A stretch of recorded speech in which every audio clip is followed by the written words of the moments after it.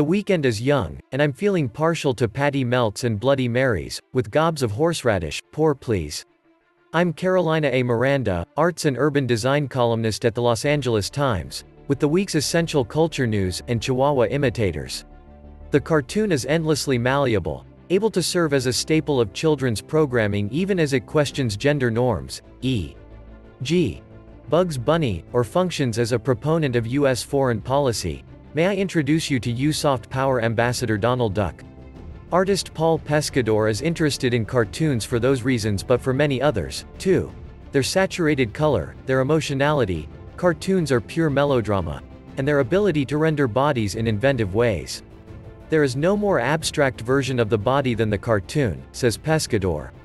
You shift a pencil line and you make something more curved, and you make it more feminine.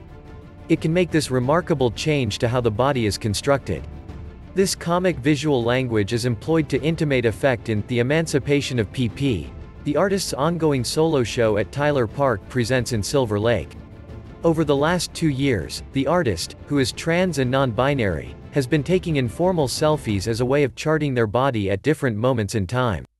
I went to a nail salon and got my nails done, and I was like, oh, I like this. Click. A selfie. Then I bought some red lipstick because I had wanted to try red lipstick. Click. Another selfie. It was a habit that grew more frequent over the past year, with Pescador frequently posting the images to their Instagram account.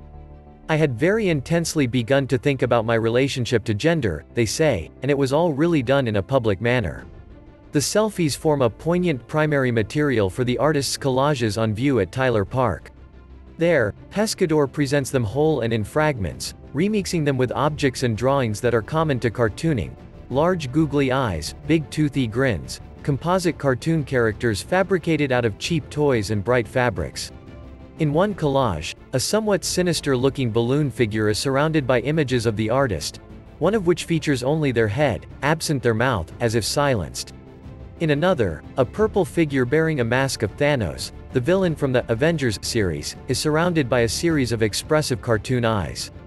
Also in the mix are the artist's own eyes, which peer at the viewer from a corner of the collage. The cartoon imagery, along with all of the bright colors, gives the collages a lighthearted visual buoyancy on first impact. But examine the details, and far more serious themes emerge about the continuous scrutiny to which trans bodies are subjected. Case in point. Draconian legislation recently passed by Florida's House of Representatives would allow schools to request genital examinations of student athletes.